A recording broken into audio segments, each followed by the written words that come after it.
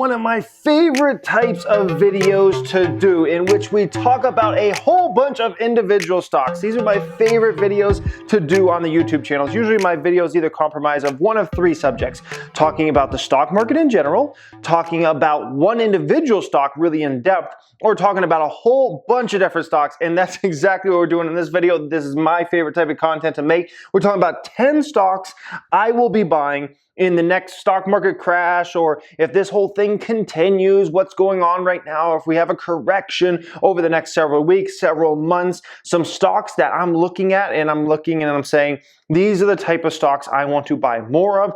I need valuations to come down a bit, and that's pretty much true for all these stocks, okay? Now, recently, with the stock market being just amazing for pretty much the past, 2.5 months or so, it seems like every day it was just going up and up. You know, a lot of people are like, oh, stocks only go up, and the market, it can't crash anymore. That's a dream, it's just, dream on. And then the stock market just flexed on everybody today, literally just flexed on everybody. It's like, you guys can say whatever you want. I will do whatever I want, okay? When everybody thought, oh man, the market was going to go down to 15K or 12K or 10K or whatever, it just went up like crazy with all that bad news. Now everybody's saying, oh, the market can't crash anymore. Oh, it's unrealistic. No, it's dream on. And it's like down 1,800 plus points, one of the biggest downward days for the Dow Jones Industrial Average in its history here today. Not just in terms of a point drop, but also in terms of a percentage drop. I can tell you there's been very few days in the history of the Dow Jones Industrial Average, which goes back like 100 plus years, that it's ever been down 7+%. Like, this is a massive downward move. It's just the biggest flex. Like I always tell you guys, the stock market is like the ocean. Sometimes it's real nice and calm and you're just having a good old time, right? Kind of like the stock market's been lately. It's just like the ocean. And then all of a sudden you get hit with a massive wave, okay? Just like the ocean, the stock market can be a very dangerous place.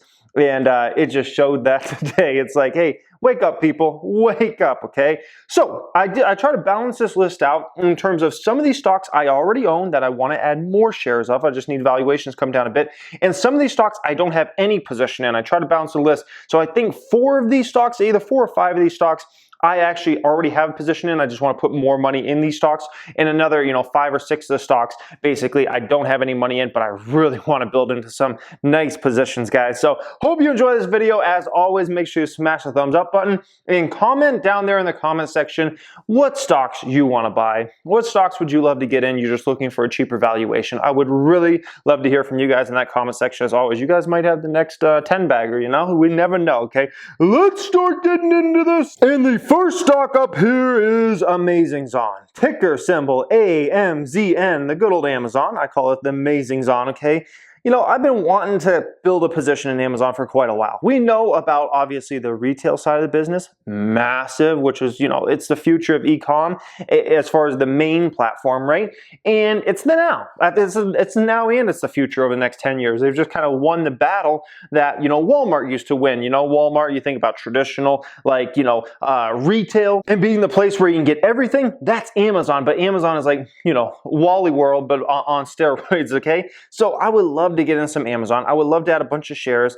And I have seen this stock recently, literally just a month or two ago. It was under $2,000 a share, and I should have added it. I didn't add it. I can tell you, if Amazon stock goes back under 2,000, which is very much a possibility. Remember, the stock was just under 2,000 like a month or two ago. If it goes under there, I will not miss my opportunity again. Okay, I will not miss my opportunity. If this puppy goes under 2K, I will be buying, okay? Why I'm not buying at $2,500 or $2,600 like it was trading at yesterday? Why am I not doing that? Well, valuation. Okay, it's trading at the richest valuations it has in any time recently.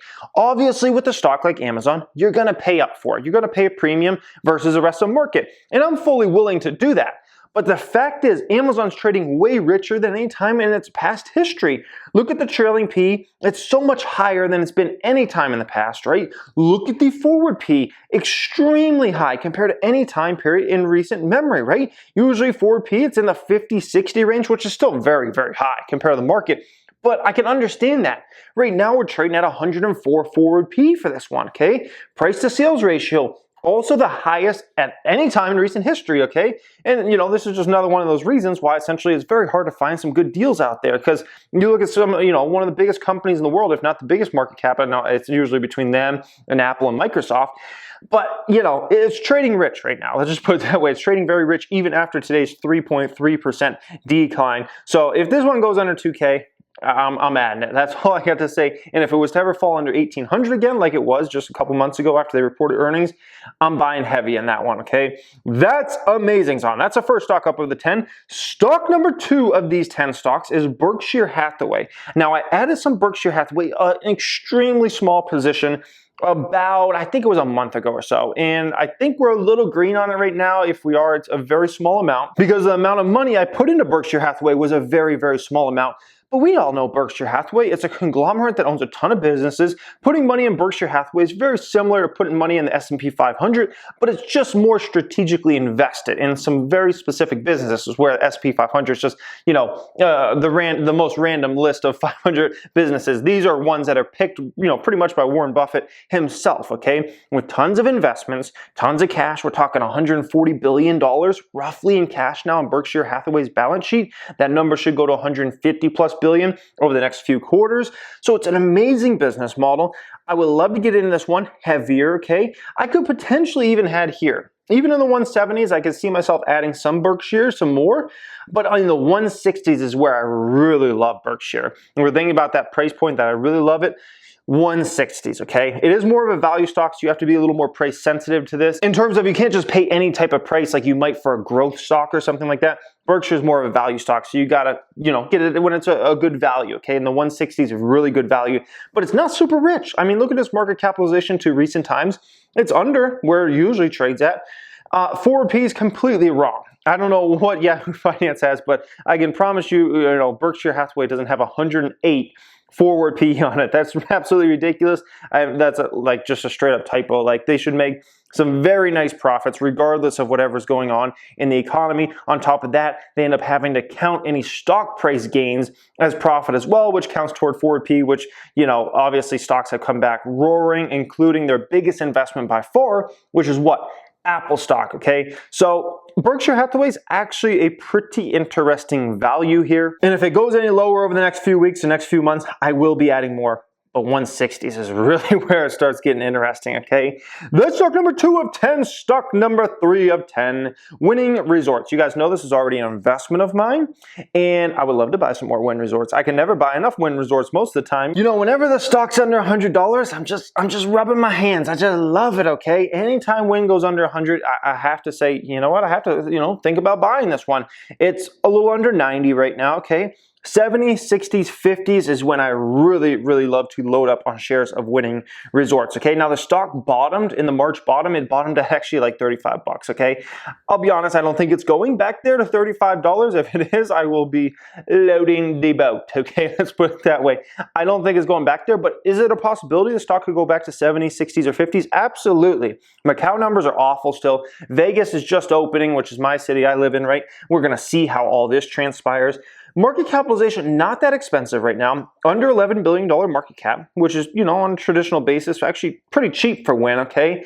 But I will say that the forward P is very high on this company. Once again, Yahoo Finance, their numbers are all over the place right now. I don't know if analysts are updating them or what the heck's going on. I can promise you Wynn Resorts does not have an 11 forward P on it. Wynn Resorts forward P is at least in the 30s, if not more than the 30s. It might be in the 40s, 50s. And who knows, I have actually some doubts about Wynn even making a profit at all this year. It's going to have a lot to do with how travel restrictions go in Macau, and how that, whenever they remove the travel restrictions, how that opens back up. Numbers have been down 90% plus in Macau, despite it being open again, just so many travel restrictions. And so what are the numbers? What would they be if the travel restrictions were taken off? Down 50%? We don't know, okay? Vegas, we don't know how that's going to really do. The Boston property, there's still a lot up in the air.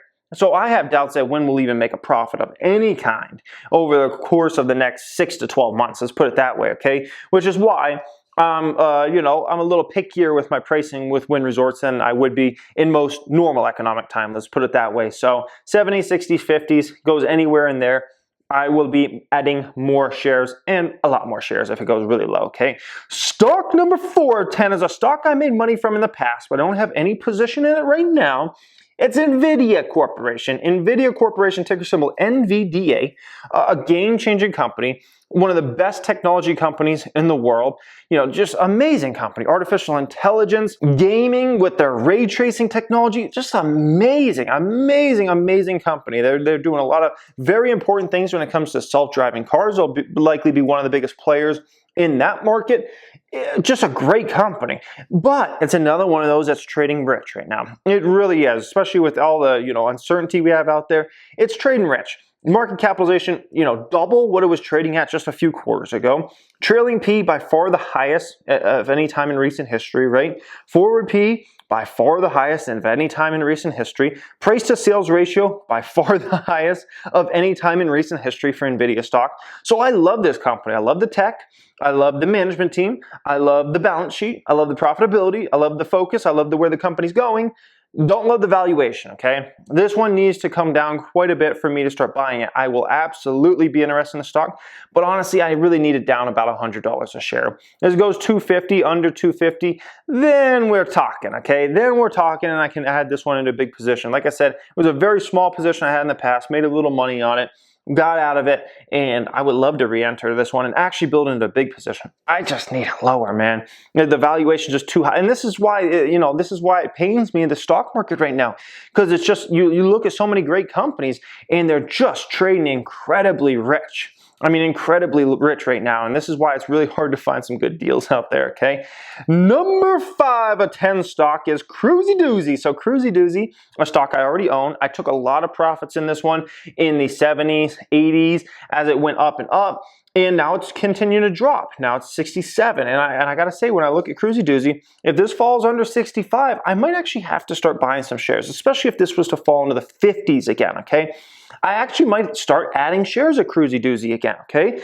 The valuation isn't very bad right now for Cruisy Doozy. The only negative, the real negative for Cirrus Logic is really just their customer concentration. They get like 80% of their revenues from Apple, okay? And that's obviously a worry. That's why Cruisy Doozy can't really be like number 1 or number 2 biggest position in any portfolio, but it can absolutely be one of the stocks you own, and I got, you know, I might be interested in potentially picking some more up of this company. They have very nice growth ahead. Forward P is pretty much in line with where they usually trade at. And so Cruisy Doozy, amazing management team, amazing balance sheet, amazing employees. There's a strong possibility I could pick up some Cruisy Doozy if it falls under 65, especially if it goes into the 50s. By the way, if you didn't know, they actually make audio codecs, amplifiers, and things like that. So whenever if you're watching this on an iPhone right now or an iPad, likely the reason you're hearing my voice right now is because of the audio chips that are in that device made by, guess who? Cirrus Logic. So pretty dang cool. Things come full circle, right? All right, guys, stock number 6 of 10, not a stock I hold right now, right?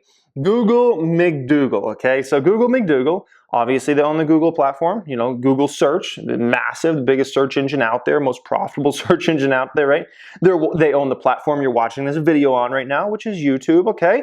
And, you know, I'm a YouTuber, obviously. That's one of my, you know, descriptions, I guess you can say, YouTuber.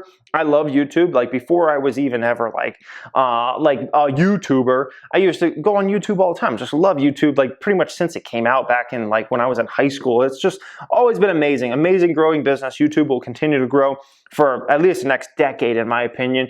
And on top of that, they obviously own Android. They have a huge cloud business and a ton of other, you know, adjacent businesses. So, you know, great. Yeah, I mean, what can you say about Google? And also, they have probably the best balance sheet of any public company in the world. And that's saying a lot, because there are a lot of companies that have some amazing balance sheets, and Google McDougal probably has the best balance sheet of all of them. Amazing, okay?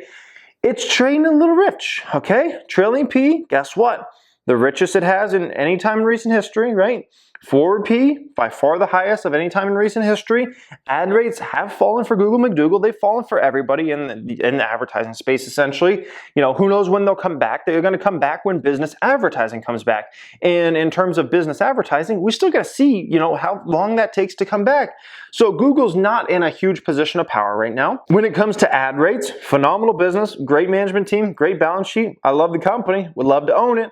I need it in the 1200s, or, you know, definitely under 1200. That would really be nice. If we can get this under 1200, then I am going to be a very happy camper, okay? And I will gladly own Google. You know, you guys already know I own the FB, right? And the FB and Google combined, I mean, you pretty much got a monopoly on the advertising industry, essentially, at the end of the day. And then, never mind, imagine if I bought Amazon as well. That's literally like the three companies that like completely dominate the advertising industry. Like, that would be insane. So, you know, I would love to own Google. That profitability and that balance sheet, woo-wee, in those businesses, I would love to own it.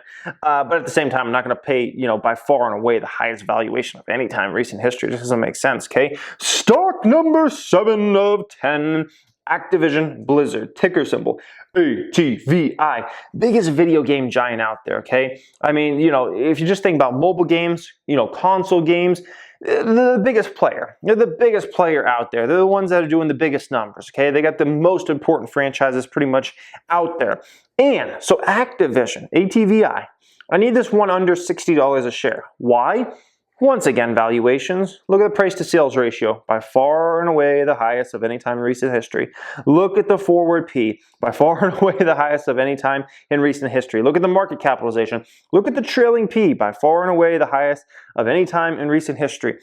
I really would love to own Activision Blizzard. I owned it a while back. I think I made a little money on it, like short term. By the way, I used to own a company that they ended up buying. It was called King Digital. It was a major investment of mine. It was actually my biggest investment at one particular time. That company made Candy Crush Soda Saga, like Farm Heroes, some insanely popular mobile games that made money hand over fist. They paid out huge dividends.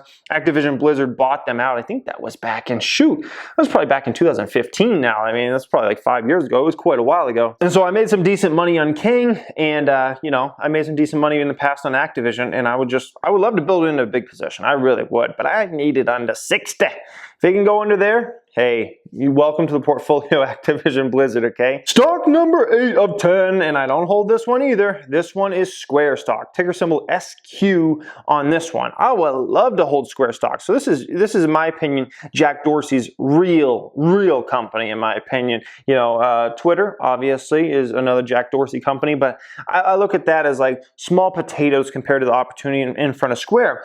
But at the same time, when I think about Square, right, there's a company that makes a ton of their revenues and profits from what? Small businesses and mid-sized businesses as well. And man, those ones are really the ones that have been hit the worst, okay? Some of the big, huge companies, right? The Amazons and some of those other big tech, right? They're doing okay in this whole thing, but it's actually really the small businesses and mid-sized businesses that are getting hit the worst in this whole Rona situation, right? And that is Square's main market, okay? And at the end of the day, it's not just that, it's just not my concern around that, but also Square's valuation. It's another one that's trading extremely high. Look at the forward P on the stock.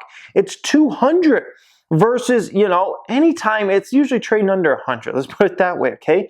The valuation has just gone absolutely bananas for Square stock. It's another one that, man, I would love to own it. I really would. But I'm not paying by far and away the highest valuation the stocks trade at any time in recent history, okay? And this is, you know, at the end of the day, it just comes back to so many of these stocks that, man, they're attractive stocks, or they've got interesting business models, they got things you like, but just the valuations on these stocks have gone so insane recently. And this is why we need the stock market lower, honestly, because you look out to the market, and when you can't find any deals, it's hard. And that's exactly what I look at with Square. I'm like, I would love to buy some Square, but gosh, I'm not paying a 200 forward P when it usually trades in a 50 to 100 range. Like, it's just ridiculous. This is a market for you we're in right now, okay?